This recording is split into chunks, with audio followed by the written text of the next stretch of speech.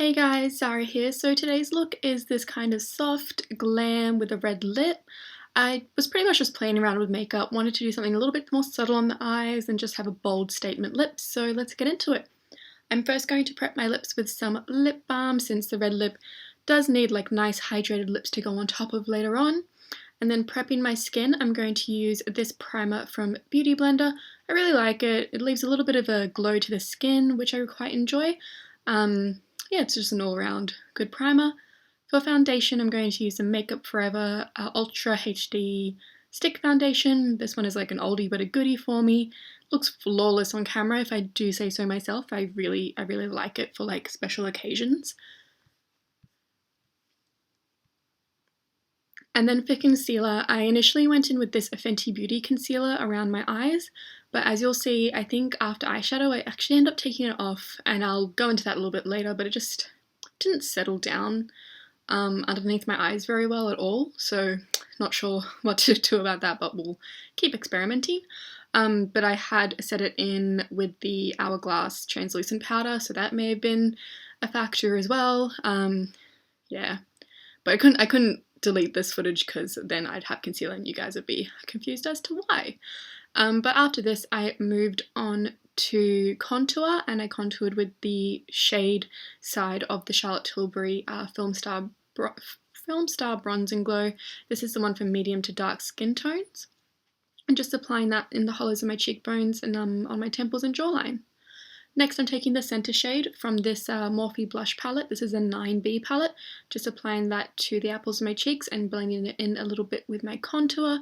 Before moving on to highlighter, I'm dipping into a couple of shades in this Huda Beauty 3D highlighter palette and just taking a finger and dabbing that onto the tops of my cheekbones and a little bit down the center of my face as well. Next I'm going to fill in my brows with the Benefit Cosmetics Precisely My Brow Pencil in the dark shade they make, which is shade 6. And just carving them out and brushing them through before moving on to eyeshadow. For eyeshadow today I'm using the Soft Glam eyeshadow palette from Anastasia Beverly Hills.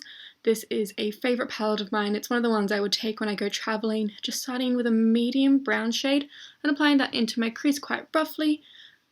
I then went in with the shade Cyprus Umber, which is a really deep brown, and just kind of stamped that along my lower lash line and then blended it out to create kind of a soft winged liner effect. As you can see, it does get quite pointy at the end there, and it's just a really nice effect. And then I moved on with a shimmery shade. This is the shade Fairy from the palette, and applied that all over my mobile lid before taking the shade, I believe this was Rustic, it was like a medium brown, and just applying that to the outer V just to create a nice transition between Fairy and the Cyprus Umber. On the outer part, just create a little bit of shading, and then just blending everything out. I kind of tend to do this as I go, but I thought I'd show you guys at the end here. Taking a little bit of Cyprus Umber onto my lower lash line and then blowing that out with a little bit of the, what shade was it? Burnt Orange I used to just blow this out along my lower lash line, as you can see me doing here.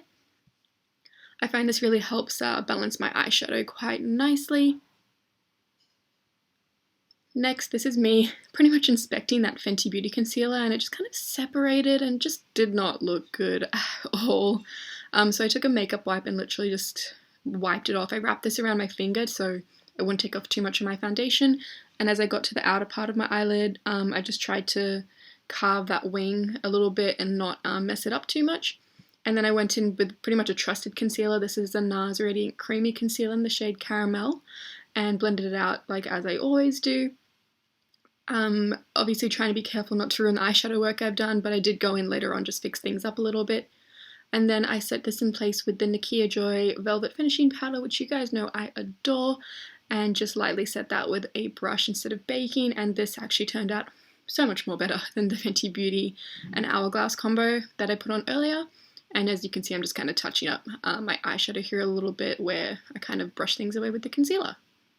Dipping back into that Huda Beauty palette, just taking the shade Seychelles, applying that as a highlighter into my inner corners as well as the center of my eyelid. I really like this technique for a little bit of a pop and a little bit of dimension on the eyelid.